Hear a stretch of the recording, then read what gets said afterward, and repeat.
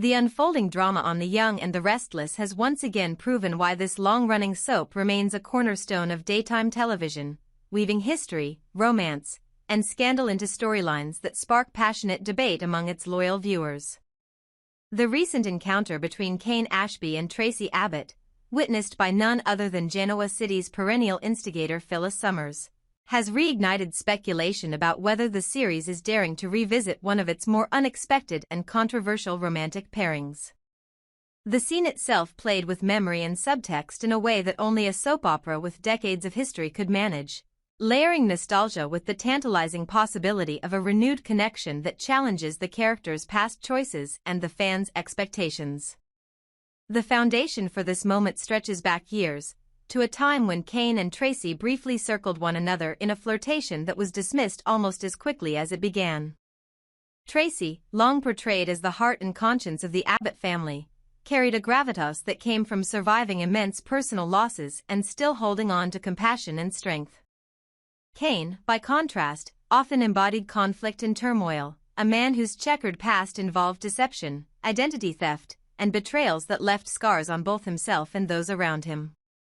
When their paths first crossed romantically, many dismissed it as an oddity, a fleeting spark destined to burn out because it seemed too unconventional.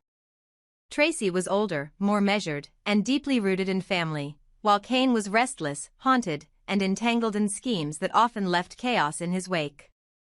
The prospect of pairing them together seemed like a narrative experiment, a what-if rather than a long-term commitment. And yet, soaps have a way of resurrecting the past at precisely the right moment, recontextualizing old beats to serve new drama. When Kane walked into the bar and found Traci there with Phyllis, it was as though a switch was flipped. Traci's casual but loaded comment about turning him down wasn't just a reminder of what once was, it was a spark designed to test whether unfinished business still lingers beneath the surface. The expression on Phyllis's face, equal parts shock and intrigue, perfectly mirrored the audience at home. After all, Phyllis has her own complicated history with Kane and an even more tangled relationship with the Abbotts. To see her positioned as the witness to this charged moment felt almost symbolic, as if she were standing in for every fan who has ever questioned or defended the pairing. What makes this situation particularly compelling is the way it taps into broader themes of redemption, second chances, and unconventional love. Kane has long been a character searching for stability, a man who repeatedly undermines himself yet yearns for acceptance and a sense of belonging. Traci, with her warmth, wisdom, and grounded presence, represents the kind of emotional anchor Kane has always lacked. Their dynamic speaks to a May-December romance trope, one partner older, the other younger, but in this case, the soap gives it more texture by leaning into the ways their differences could actually complement one another. Kane doesn't need another high-drama, self-destructive relationship, he needs balance, someone who can challenge him without tearing him apart. Traci, meanwhile, has spent too much of her life watching others claim passion and power while she plays the role of nurturer in the background. A connection with Kane offers her the chance to step into the spotlight of desire, to claim a romance that is her own rather than simply supporting the loves of others. Still, not everyone is convinced. The fanbase is famously divided whenever Y&R pushes a bold romantic experiment. Some are thrilled by the idea, pointing out that soaps thrive on breaking norms and exploring unexpected pairings. For them, revisiting Kane and Traci is an opportunity to reframe both characters, giving Kane a path to redemption and Traci a storyline that emphasizes her vitality rather than her role as the Abbott family caretaker. Others, however, remain skeptical, arguing that the chemistry felt forced the first time and that history should remain in the past. They worry that pairing them now might feel like recycling rather than innovation, and that both characters could be better served in different directions. The presence of Phyllis in the scene adds an additional layer of delicious complication. Phyllis is rarely a neutral observer, she thrives on stirring the pot, and her shocked reaction could just as easily evolve into scheming. If she sees potential in Kane and Traci, she might try to manipulate the situation to her advantage, either to gain leverage over Kane, to destabilize the Abbott family further, or simply to amuse herself by watching sparks fly. Phyllis's penchant for inserting herself where she doesn't belong means that this encounter could be the start of a much larger storyline, one in which personal desire collides with public spectacle, and private moments become ammunition in Genoa City's ongoing wars of influence. Thematically, this development also invites reflection on how the young and the restless treats the idea of maturity and love later in life. Traci's potential romance with Kane is more than a personal story. It's a statement about the show's willingness to embrace complexity and refuse to pigeonhole its characters. Traci has often been framed as the abbot with the least scandal, the moral compass rather than the rule-breaker. By pairing her with Kane, whose life is defined by scandal, the show creates friction that could either break her image or transform her into something more layered and unpredictable. For Kane, being with Traci could mark the ultimate test of his ability to change. He has disappointed nearly every partner he has ever had. If he fails Traci, it would be more than another personal mistake. It would be a betrayal of the one person who embodies the unconditional acceptance he has always craved. The question now is not just whether the show will fully commit to reviving this romance, but what the fallout would be if they do. The Abbott family, already fractured by business rivalries and personal losses, might not welcome Kane back into their orbit so easily. Jack, protective of Traci, could see Kane as a threat, reopening old wounds about trust and loyalty. On the other side, Kane's children could have conflicting reactions. While they might yearn for their father's happiness, they may also question whether Traci is truly the person who can provide it. Add to that Phyllis's inevitable meddling, and suddenly this is more than just a love story, it's a potential powder keg waiting to explode in Genoa City society. Soap operas thrive on tension, and this particular storyline is rich with it. Whether viewers see it as a heartwarming second chance or a misguided rehash, the emotional stakes are undeniable. The writers have cleverly positioned Kane and Traci at a crossroads where every decision matters. A choice to step forward together would defy expectations, while walking away would leave the audience haunted by what might have been. Phyllis's involvement ensures that even if they try to keep things quiet, the truth will eventually spill into the open, setting off a ripple effect across families and factions. In the end, what makes this moment resonate is not just the possibility of romance, but the reminder of what makes the young and the restless endure. The show understands that its power lies in history, in the way past choices linger and resurface, in how old wounds can be reopened by a single look or a casual remark. By revisiting Kane and Traci, the series taps into the nostalgia of longtime fans while daring to push the boundaries of what love and connection can look like in Genoa City. It challenges assumptions, sparks debate, and, most importantly, ensures that the audience will keep watching, eager to see whether this rekindled spark becomes a flame or burns out once more. Over the years, Traci Abbott has cultivated a quiet arsenal of strengths that rarely announce themselves in flashy displays but instead manifest in the subtler, more enduring victories of patience, empathy, and resilience.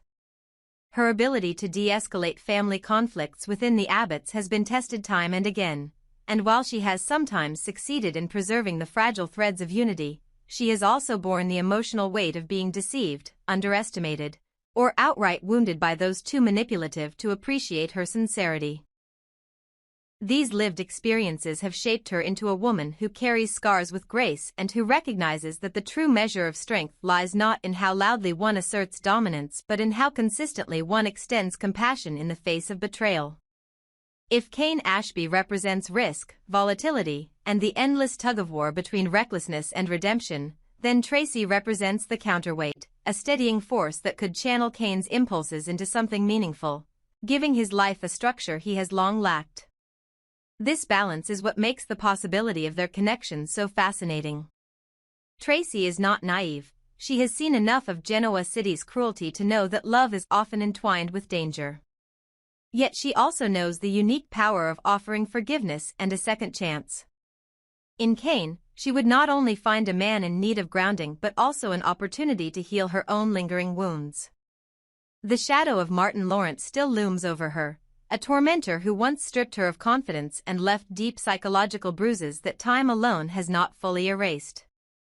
To open herself to Kane now would not simply be an act of romance but one of reclamation, the declaration that she will not allow past cruelty to dictate her future capacity for love.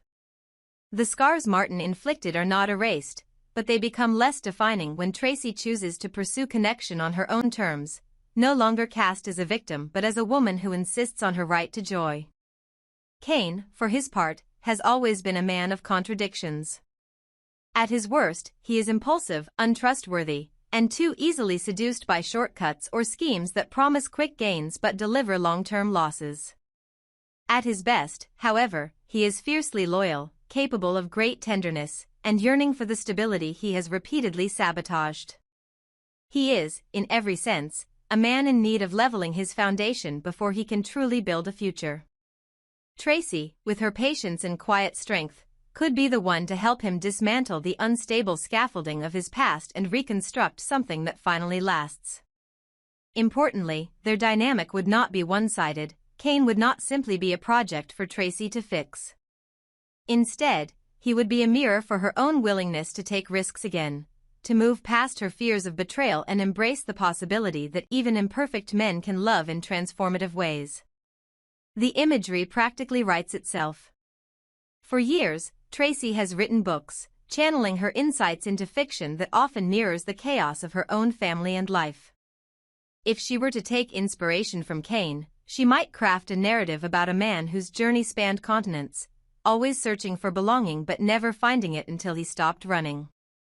The whimsical suggestion of a book about trains, reflecting Kane's history of being a wanderer with roots nowhere, could become a metaphor for both of them.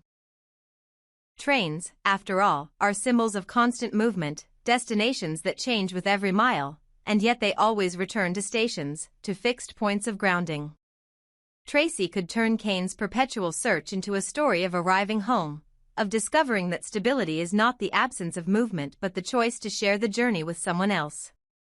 Perhaps the playful notion of life on a train transforming into life in a truck is not just a quip but a metaphor for reimagining what permanence can look like, less about the mode of travel and more about the decision to stop running from one's past. For the fans, this pairing is inevitably polarizing. The narrative positions Traci as the saint of Genoa City, the moral compass who has weathered storms with dignity, while Kane is cast as the devil, the troublemaker who drags chaos behind him wherever he goes.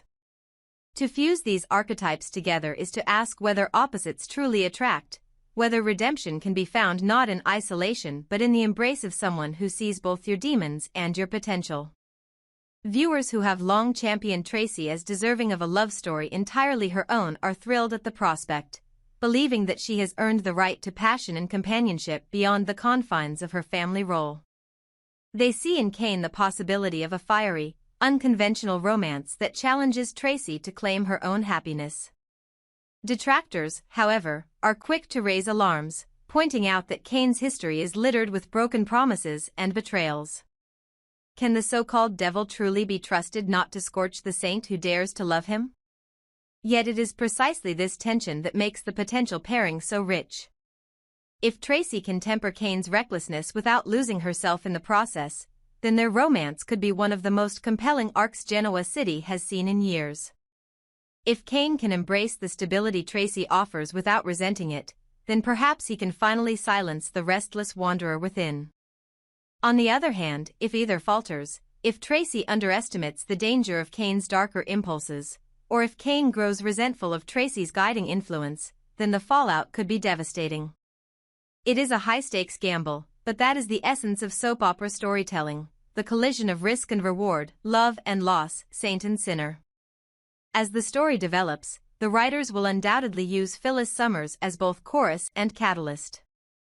Ever the meddler, Phyllis's horrified reaction to Kane and Traci's reconnection is unlikely to remain mere shock for long.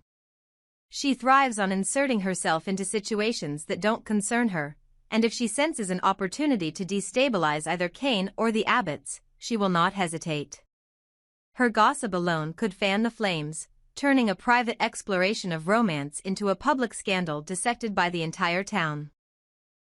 In Genoa City, perception often matters as much as reality, and a whispered rumor at society or the Grand Phoenix can ignite feuds that echo for months. Ultimately, the future of Kane and Traci rests not just on whether they choose to pursue one another but on how much they are willing to risk for the possibility of happiness. For Traci, it means risking the security of her carefully managed life, exposing herself to heartbreak once more in exchange for passion. For Kane, it means risking the familiar cycle of failure and finally taking responsibility for his choices. Together, they could create something neither has ever truly known, a love defined not by power or manipulation but by the simple, radical act of choosing to believe in each other. For a soap opera that thrives on high drama, it is sometimes the quietest revolutions that prove most unforgettable.